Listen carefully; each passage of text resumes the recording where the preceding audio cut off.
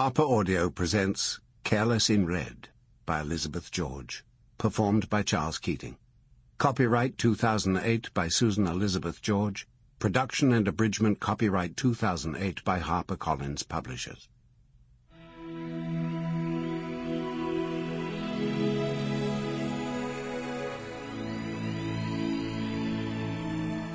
He found the body on the 43rd day of his walk. By then the end of April had arrived, although he had only the vaguest idea of that.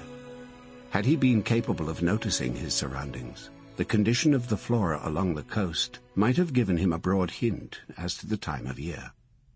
He'd started out when the only sign of life renewed was the promise of yellow buds on the gorse that grew sporadically along the cliff tops. But by April, the gorse was wild with colour, and yellow archangel climbed in tight whorls along upright stems in hedgerows on the rare occasions when he wandered into a village.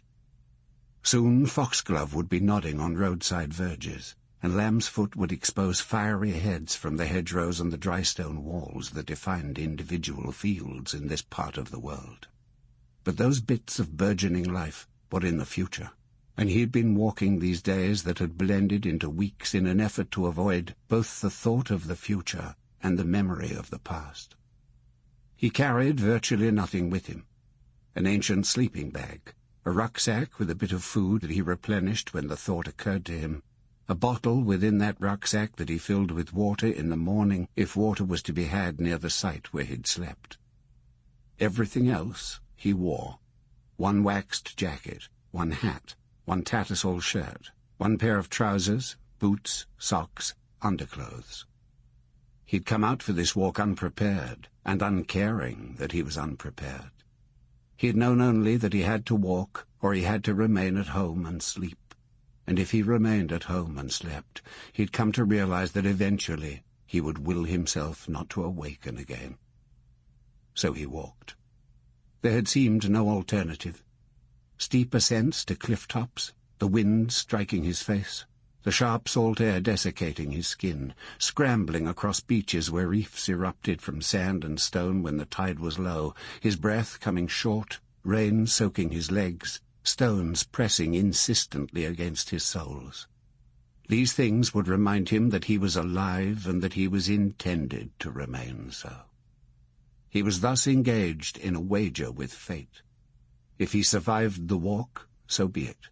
If he did not, his ending was in the hands of the gods. In the plural, he decided. He could not think that there might be a single supreme being out there, pressing fingers into the keyboard of a divine computer, inserting this or forever deleting that.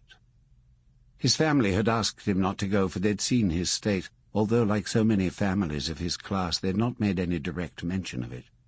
Just his mother saying, "Please, don't do this, darling," and his brother suggesting, with his face gone pale and always the threat of another relapse hanging over him and over them all, "Let me go with you," and his sister murmuring, with her arm round his waist, "You'll get past it. One does," but none of them mentioning her name, or the word itself, that terrible, eternal, definitive word. Nor did he mention it. Nor did he mention anything other than his need to walk. The 43rd day of this walk had taken the same shape as the 42 days that had preceded it.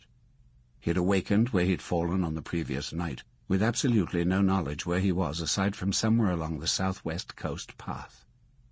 He'd climbed out of his sleeping bag, donned his jacket and his boots, drunk the rest of his water, and begun to move. In mid-afternoon the weather, which had been uneasy most of the day, made up its mind, and blew dark clouds across the sky.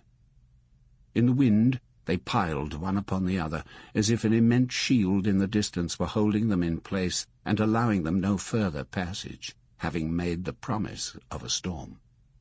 He was struggling in the wind to the top of a cliff, climbing from a V-shaped cove where he'd rested for an hour or so and watched the waves slamming into broad fins of slate that formed the reefs in this place. The tide was just beginning to come in, and he'd noted this. He needed to be well above it. He needed to find some sort of shelter as well.